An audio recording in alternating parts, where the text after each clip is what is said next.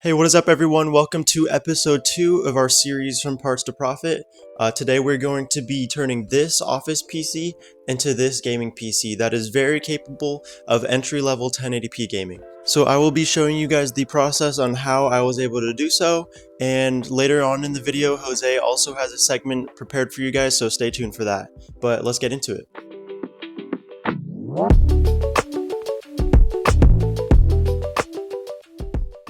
Alrighty, so to start off here, we have an Optiplex 990 PC. Jose was able to pick up a few of these for $5 each. As you can see though, it is very bare bones. There's no CPU, RAM, storage, or GPU. So what we're going to do is extract the motherboard from it and any of the other parts that it might need to bypass those F1 errors that Dell likes to put up. That you'll see more of that later. But yeah, let's get started.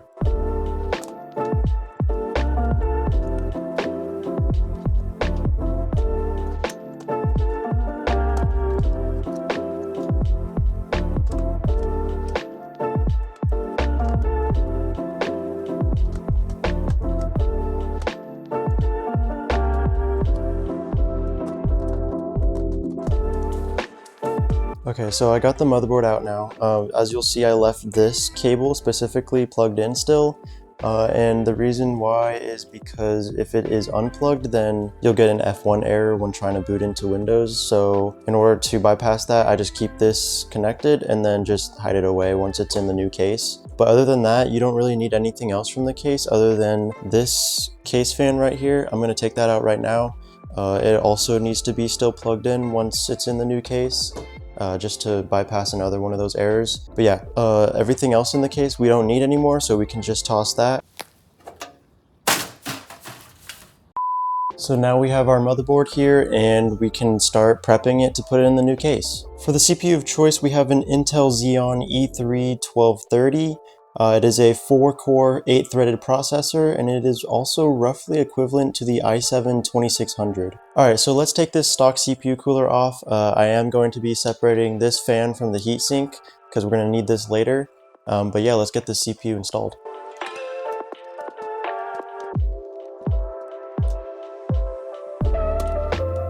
So before I install the CPU cooler, I am going to be installing the RAM. I do have a 4x4 kit of DDR3. I honestly got this such a long time ago, I don't remember how much it was, but I'm going to be valuing it at $10. So yeah, I'm going to be installing that right now.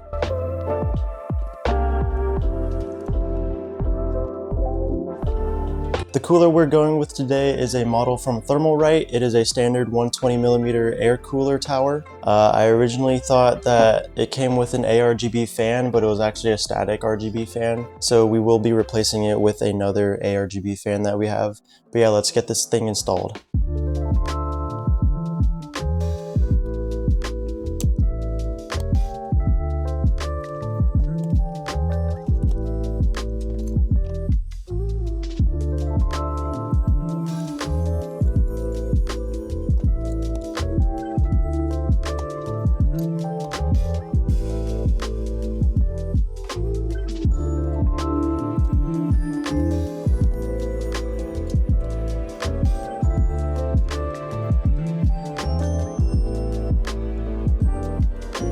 Now before putting this in the case, you might notice these two ports here, one at the bottom and one at the top. These are both proprietary front panel ports from the original Dell case. To bypass that, we have these two adapters here from Amazon. Price is up on screen.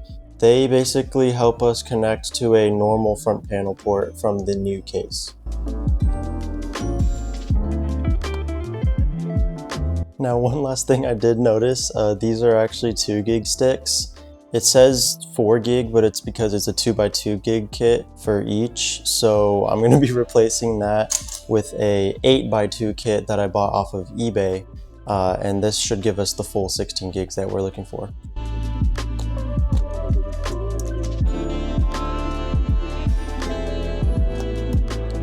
Now the motherboard should be prepped and ready to go. Let's put this to the side and go fetch our case. Now I normally don't do this, but for our case we're going to be using a used Gamdius case. I got it off of Facebook Marketplace for $5. Kind of a deal that you don't really want to pass up, especially when it's in a decent condition like this. It didn't come with any fans, but I have that covered. But yeah, this is the case that we're going to be building in today.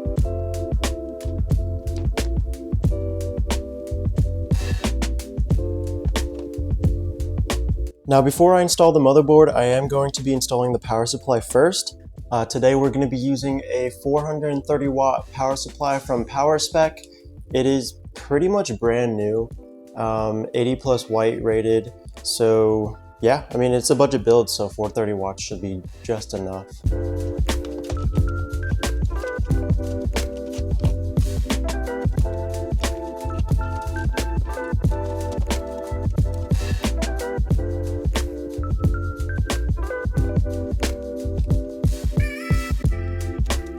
Alright, now we can install the motherboard. Don't forget the I/O shield so that we can maximize our FPS.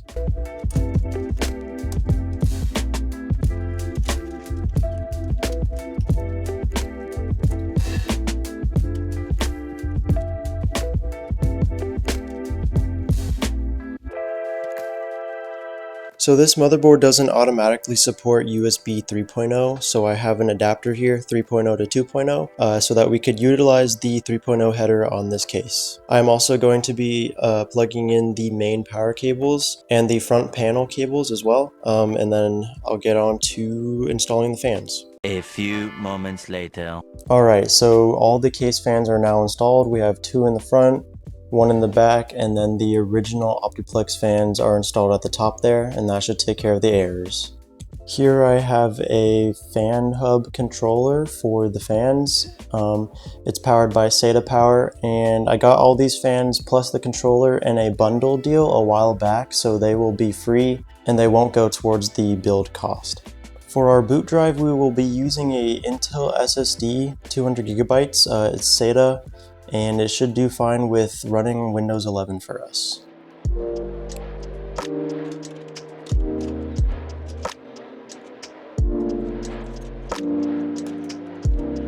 And for extra storage, I will be installing a WD Blue 500 gigabyte hard drive.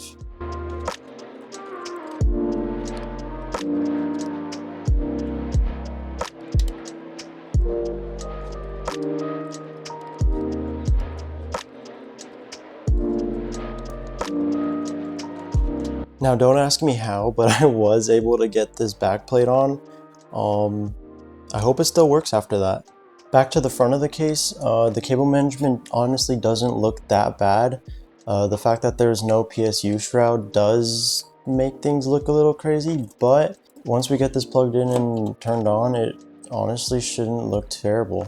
Now throughout this whole thing, you guys may have been wondering what GPU I'm going to be using in this build, and here it is. It is an RX 570 4GB. It's honestly pretty clean already. I got it for 40 bucks on Facebook Marketplace. Pretty decent deal, solid card. I've used it before in the past, and we're gonna see how it performs soon, but it's still got the plastic on here, so I'm gonna take that off, and hopefully that's a sign that this thing runs pretty well. Now this card probably doesn't run that hot to begin with, since it's low power draw and not the most powerful card, but if you see here, the sticker is still intact, so it probably hasn't been re-thermal pasted ever. So I'm gonna do that for the buyer so that they have fresh thermal paste to work with.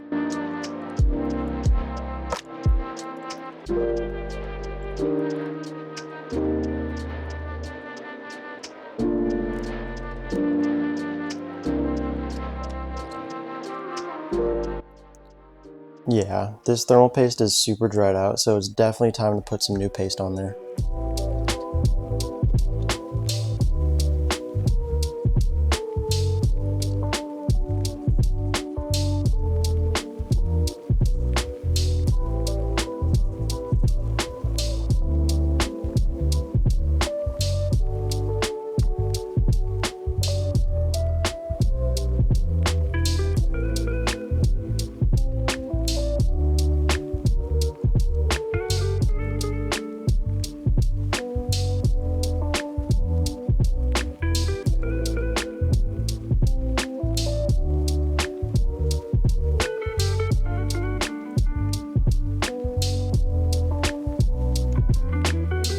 Alrighty, time to install it into the case.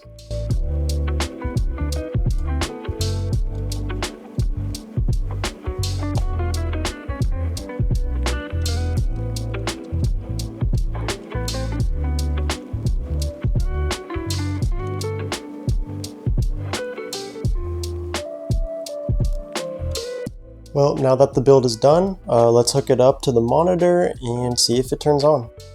Alrighty, I'm about to turn it on. Moment of truth, got everything hooked up. Okay, the lights turn on.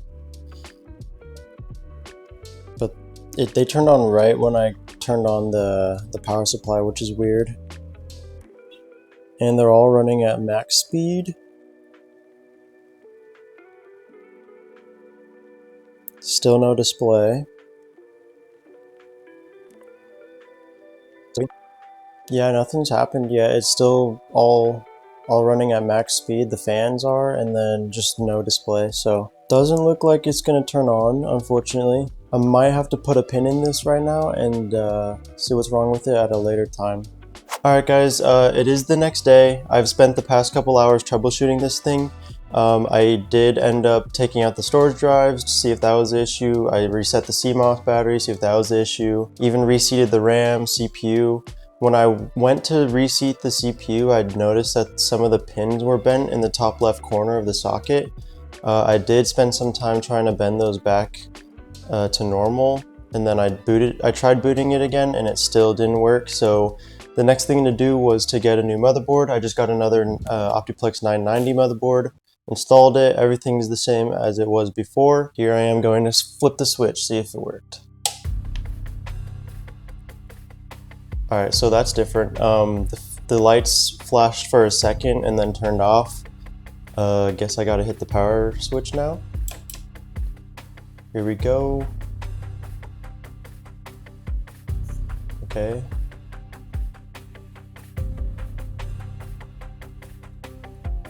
Just going through boot cycles, I guess.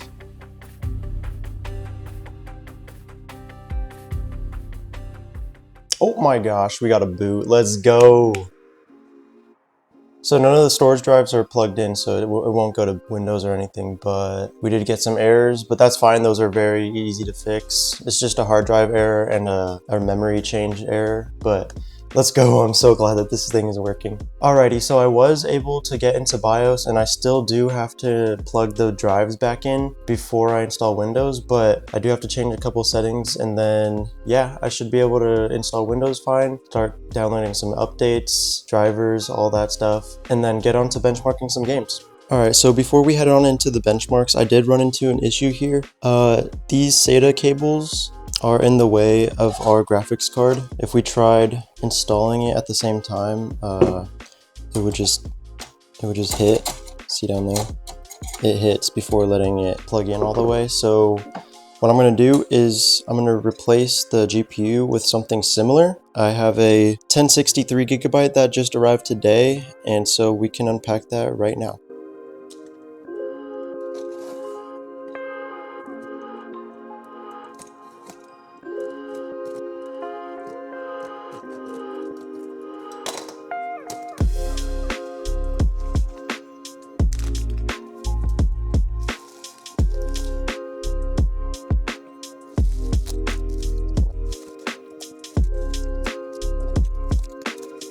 Another layer.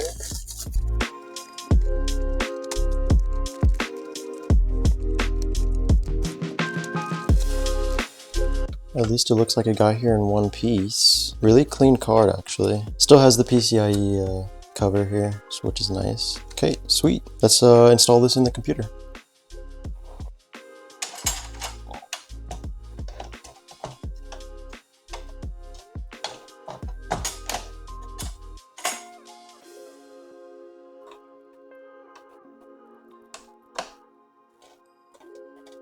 Now to test if this card works.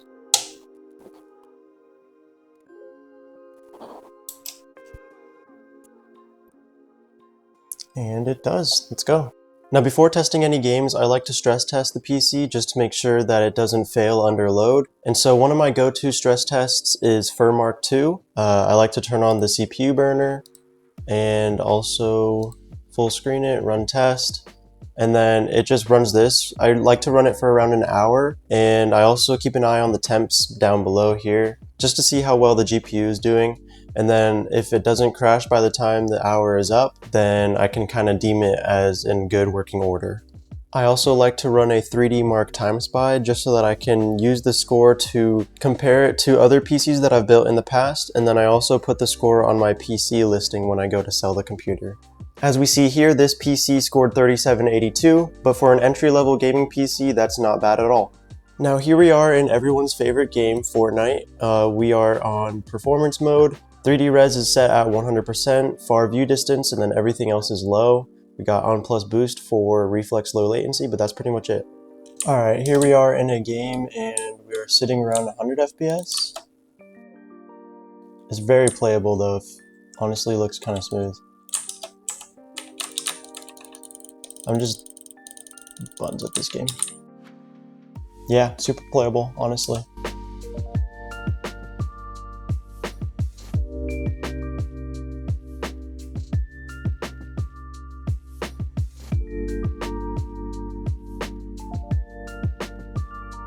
For a harder to run title, we are here in Cyberpunk 2077. As you can see, we're on the medium preset, and then I'm going to turn super res to 3.0 quality, and then frame generation is also on.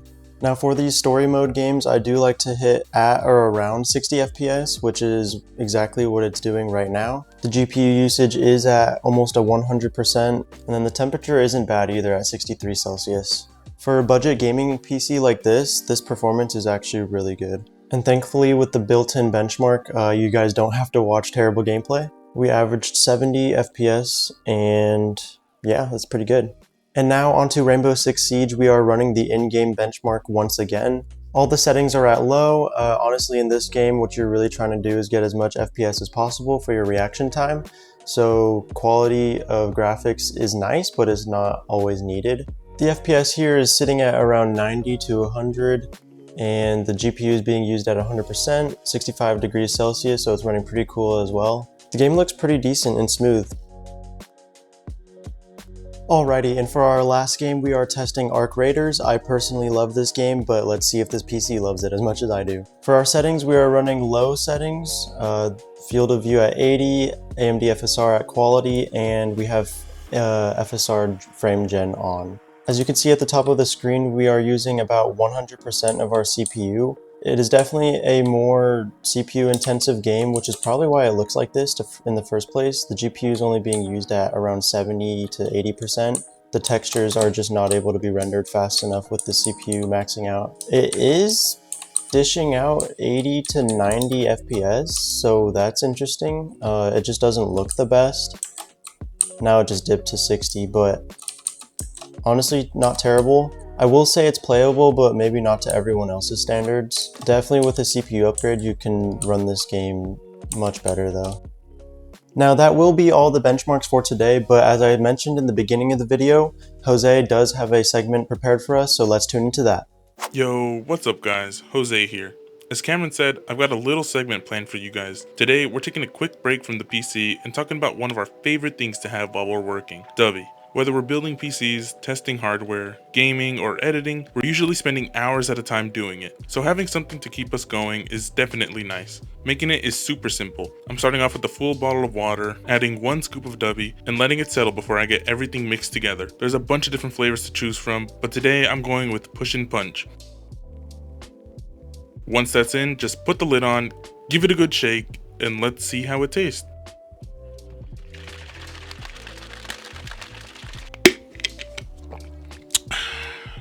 Honestly, that's pretty good. If you want to try it, use Uniquity10 for 10% off.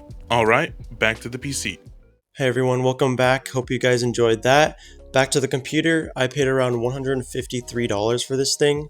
I honestly don't expect anyone to be able to replicate that, as I pretty much got everything in here at a really good price. It kind of helps you appreciate the price to performance value though. As you saw in our benchmarks, it played all those games decently well. I personally would choose this over a console any day. You could use it for work. If you're still in school, you could use it for schoolwork, things like that. It's more versatile, and it plays games as good as a console would. Now, in terms of profit, I usually try to sell these things around $300. If that goes well, then I will have made $150 in profit, basically doubling the value. So this will definitely be a big win if I can sell it soon. If you want to see how that goes, stay tuned. It'll likely be featured in a later video. Now that'll be all from me. If you've made it this far, thank you. If you enjoyed what you saw, please leave a like, subscribe if you want to, and I will catch you guys later. Peace.